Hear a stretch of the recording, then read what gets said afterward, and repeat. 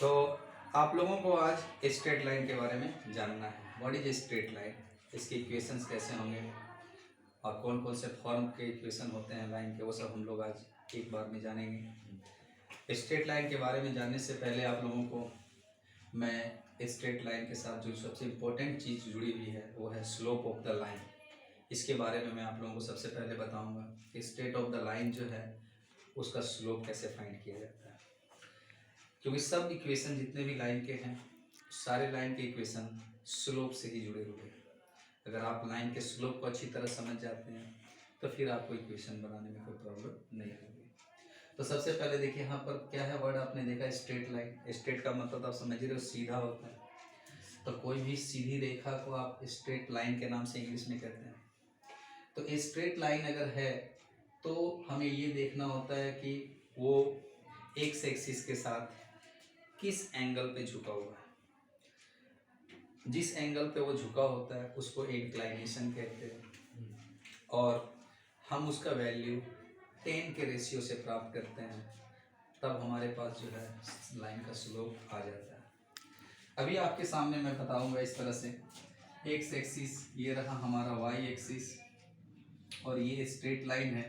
Suppose कीजिए कि वो एक्स एक्सिस के साथ एंगल थीटा बनाती है, तो इस लाइन का हमें स्लोप जानना है।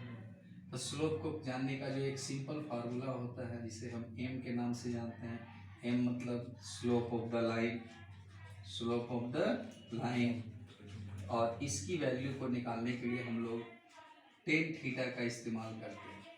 अब आप पूछेंगे कि सर टेन थीटा कैसे लिया जाता है, तो सबसे पहला काम तो आपको ये जानना होगा कि हम जो एंगल यहाँ पर लेंगे वो एंगल तो एक्स एक्सिस के साथ इधर डायरेक्शन से ही बन रहा है और इधर से भी बन रहा है, तो किस डायरेक्शन वाले एंगल को हमें यूज करना है स्लोप के लिए। सबसे पहला तो हमारा इस पर ध्यान होना चाहिए। तो आप लोगों को मैं बता देता हूँ, थीटा जो आप लोगे एक्स एक्सिस के साथ जो भी एंगल स्ट्रेट लाइन बनाएगी उसमें जो थीटा का वैल्यू होना चाहिए वो हमेशा एंटी क्लॉकवाइज होनी चाहिए, एंटी क्लॉकवाइज और एक्स एक्सिस के साथ होनी चाहिए।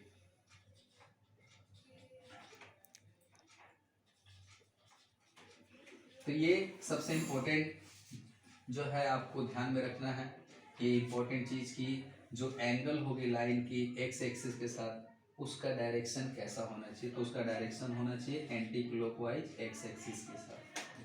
अब आपके सामने मैं कुछ फिगर बना रहा हूँ और उससे आपको बताना है कि कौन सा एंगल को हम लोग सेलेक्ट करेंगे स्लोप निकालने के लिए।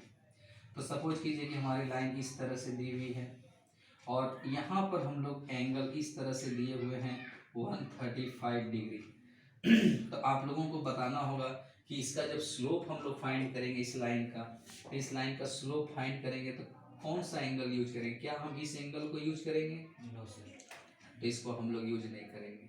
हम लोग क्या इस एंगल को यूज करेंगे? हाँ सर, क्योंकि ये वाई एक्सिस के साथ बन रहा है। हमें किसके साथ देखना होगा? एक्स एक्सिस के साथ। तो एक्स एक्सिस के साथ जब हम देखना चाहेंगे तो हम लोगों को एक्स एक्सिस के साथ वो भी कौन सा एंगल, तो एंटी क्लॉकवाइज में होना चाहिए। तो देखिए एक इधर से डायरेक्शन से एंगल बन रहा है लेकिन ये तो एंटी क्लॉकवाइज नहीं है। और फिर हम लोगों को एक एंगल देखिए इधर से भी बन रहा है, तो क्या ये एंटी क्लॉकवाइज है? है। तो अब इसका वैल्यू हमें पता करना होगा। तो देखिए 135 अगर ये है तो ये भी हमारा 135 हो जाएगा, वर्टिकली अपोजिट एंगल इक्वल होते हैं। फिर इससे हमारा ये आ जाएगा 45 डिग्री का, ये 45 आएगा। चूंकि हम लोग जानते हैं कि ये दोनों एक्सिस एक दूसरे से 90 डिग्री पे कट करते हैं, तो ये 45 हो गया, तो ये भी कितना हो गया 45। तो ऑब्वियसली लीनियर पेयर 180 होता है, तो 45 से इधर कितना निकल के आ गया 135। तो आप लोगों को यहाँ पर क्या देखने को मिल रहा है कि इधर से जो एंटी क्लॉकवाइज एंगल जो आया उस एंटी क्लॉकवाइज एंगल का वैल्यू 135 आया है। तो हम लोग m इक्वल टू 10 135 लेंगे। अब जैसा कि आप लोगों को पहले से वैल्यू के बारे में अगर पता है कि 10 135 का क्या होता है तो बहुत अच्छी बात होगी। अदरवाइज आप इसे ड्राइव भी कर सकते हैं, जैसे आप लिख सकते हो 180 माइनस 45, तो 10 180 डिग्री माइनस थीटा का माइनस 10 थीटा होता है, तो इसका वैल्यू हो गया -1। यानी कि इस लाइन की जो स्लोप है वो क्या है? -1। आपके सामने एक अन्य फिगर को मैं ले रहा हूँ और उसमें आप लोगों को डिसाइड करना है कि कौन सा एंगल को हम लोग स्लोप के लिए लेंगे। तो यहाँ पर देखिए लाइन है और ये इस तरह से एक्स एक्सिस और वाई एक्सिस को कट कर रही है। तो हम लोग को ये देखना होगा कि कहाँ का एंगल हमें यूज करना है। तो मैं आप लोगों को नेमिंग करता हूँ और आप लोग बताएंगे कि कौन सा एंगल हमें यूज करना है।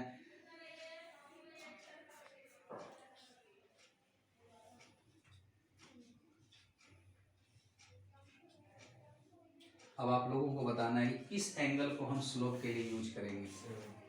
आपने कहा 7, बहुत सही जवाब आपने दिया, क्योंकि ये एंटी क्लॉकवाइज डायरेक्शन में है एक्स एक्सिस के साथ। आप इसे भी यूज कर सकते थे और इसे वाले इसको भी यूज कर सकते थे, लेकिन पॉजिटिव आप डायरेक्शन का हो तो ज़्यादा बेटर होगा। तो एंगल 7 को हम लोग यूज कर सकते हैं किसके लिए, स्लोप के लिए।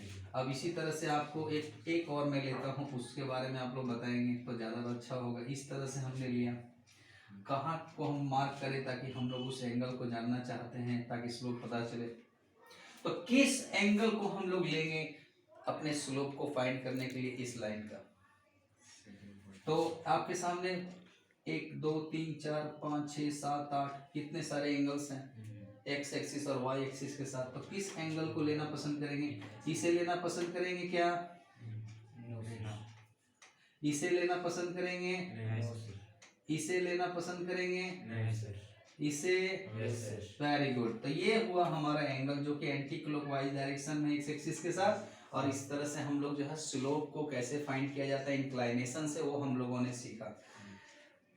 तो स्लोप का बहुत ही खासा महत्व है स्ट्रेट लाइन के इक्वेशन के लिए, ये आप लोग को दिमाग में रखना है।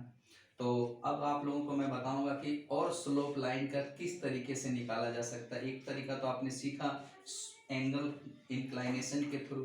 अब आपको मैं बताऊंगा कि स्लोप जो है लाइन का एक और माध्यम से निकालते हैं, जिसे हम कहते हैं 2 पॉइंट अगर दी गई हो लाइन पर तो उससे स्लोप कैसे फाइंड करते हैं। एक टाइप तो आपने सीख ही लिया, आप लोग इसको समझ भी गए अच्छी तरह से। बहुत खुशी की बात है आप लोगों ने इसको अच्छी तरह से समझा है। अब आगे आप लोगों को मैं दूसरा पर जो आप लोगों ने सीखा स्लोप के बारे में, वो तो आप पिक्चर देख भी रहे हैं और सब कुछ मैंने लिख दिया। इसे आप लोग एक बार नोट कर ले अपनी कॉपी में, फिर मैं आपको आगे का बतलाता हूँ कि आगे स्लोप और किस तरीके से निकाला जाता है।